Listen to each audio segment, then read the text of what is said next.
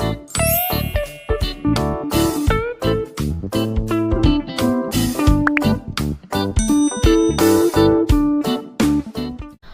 guys, kembali lagi di channel saya. Perkenalkan, nama saya Bisma Ramelaji, NPM 1200200350, kelas 3N Manajemen SDM, Universitas Wadai Gunung Jati Cirebon. Di sini saya akan menjelaskan tentang materi pertemuan ke-11 mengenai Human Capital. Video ini saya buat untuk memenuhi tugas mata kuliah Manajemen Inovatif. Yuk langsung saja saksikan video pembelajarannya. Human Capital atau modal manusia. Arti dan pentingnya Human Capital. Istilah Human Capital pertama dikemukakan oleh seorang ekonom bernama Theodore Sowell yang berpendapat bahwa peningkatan kesejahteraan pada perusahaan tidak tergantung pada tanah, peralatan, energi, sumber daya, melainkan pada kompetensi pengetahuan dari pegawainya.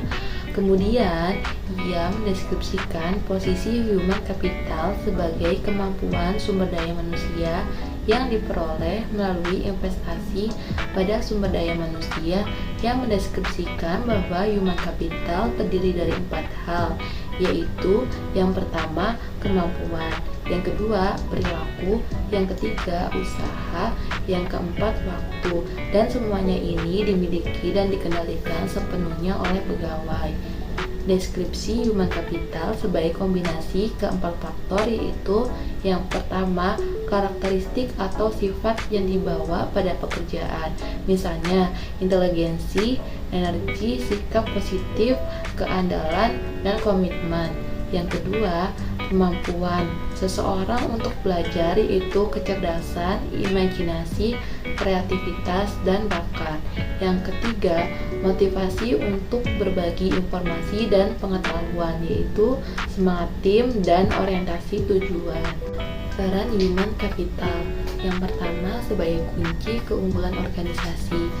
Kunci keunggulan organisasi terdiri dari 3 kelompok utama dari aset perusahaan, yaitu yang pertama, aset finansial, misalnya uang tunai dan surat berharga. Aset disebut finansial capital. Yang kedua, aset fisik, terdiri atas peralatan, gedung, dan tanah. Yang ketiga, aset tak berwujud, modal organisasi, aliansi bisnis, pelanggan, merek, reputasi, modal intelektual. Yang kedua, hubungan kompetensi karyawan dengan human capital. Dalam meningkatkan kompetensi karyawan, tantangan utama yang harus diperhatikan yaitu kompetensi harus sesuai dengan strategi bisnis, dan kompetensi perlu diciptakan melalui lebih dari satu mekanisme.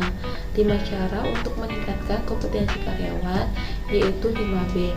Yang pertama, buy atau membeli, mengganti SDM yang lama dengan yang baru dan memiliki kualitas yang lebih baik. Yang kedua, build atau membangun, investasi dilakukan terhadap SDM untuk meningkatkan kualitasnya menjadi lebih baik. Yang ketiga, borrow atau meminjam, penggunaan konsultan atau partner efektif memungkinkan berbagi pengetahuan dan desain kerja baru. Yang keempat, bronze atau melambung, perusahaan harus mengeluarkan karyawan yang bekerja di bawah standar. Yang kelima, bind atau mengikat karyawan jangan keluar merupakan tindakan kritis pada semua tingkatan. Transformasi peran divisi SDM. Model konseptual yang dikemukakan oleh Ulrich menggambarkan bahwa transformasi divisi peran SDM yang didasarkan pada 2 dimensi utama, yaitu dimensi operasional dan dimensi strategi. Dari 2 dimensi ini muncul 4 peran SDM, yaitu yang pertama, strategi partner, yaitu departemen SDM harus mampu menjadi partner bagi manajer lini dan manajer lainnya dalam mengeksekusi strategi dan membantu merealisasikan perencanaan. Yang kedua, administratif expert, membangun tercapainya efisiensi administratif dan memastikan bahwa kos dapat dikurangi dan kualitas tetap terjaga secara kontinu.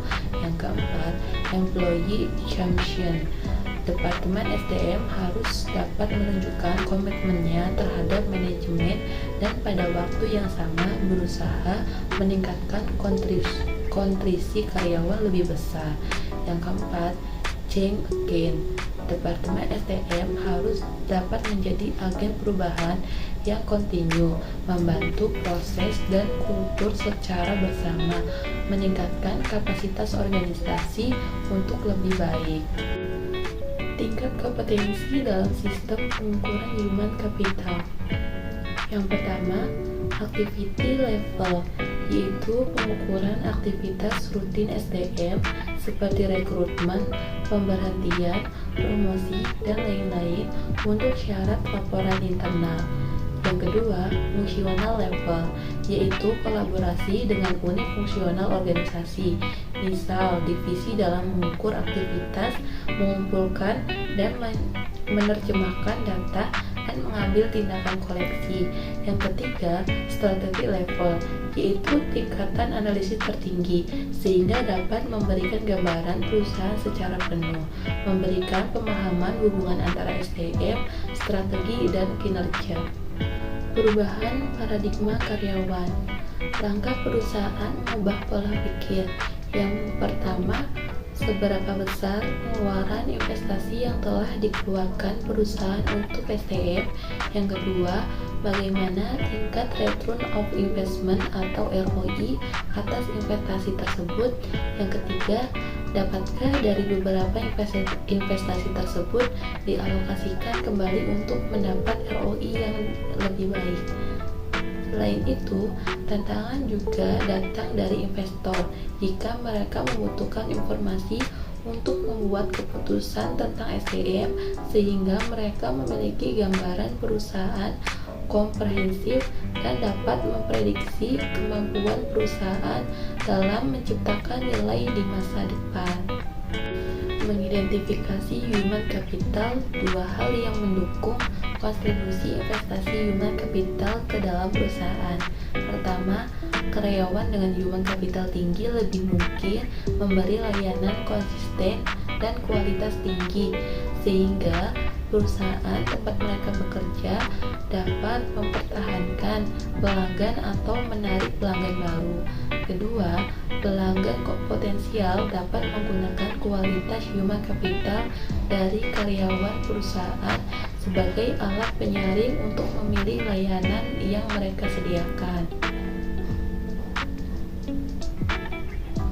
Untuk keberhasilan perusahaan, proses atau bisnis apapun tergantung pada tiga keterampilan, yaitu yang pertama, commodity skill, yaitu kemampuan tidak spesifik untuk bisnis tertentu, dapat langsung diperoleh dan lebih kurang sama nilainya bagi setiap bisnis.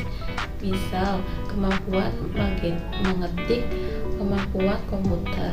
Yang kedua, leverage skill, yaitu pengetahuan yang meskipun tidak spesifik untuk perusahaan industri tetap relatif lebih berharga bagi perusahaan tertentu daripada perusahaan lain. Misalnya, programmer di bank berbeda nilainya dengan programmer di perusahaan komputer. Yang ketiga, property skill, yaitu pengetahuan spesifik bagi perusahaan, misal hak paten dan merek. Oke, segitu saja yang dapat saya sampaikan mengenai materi pertemuan ke-11, yaitu human capital. Semoga video ini bisa bermanfaat bagi kita semua. Bye-bye.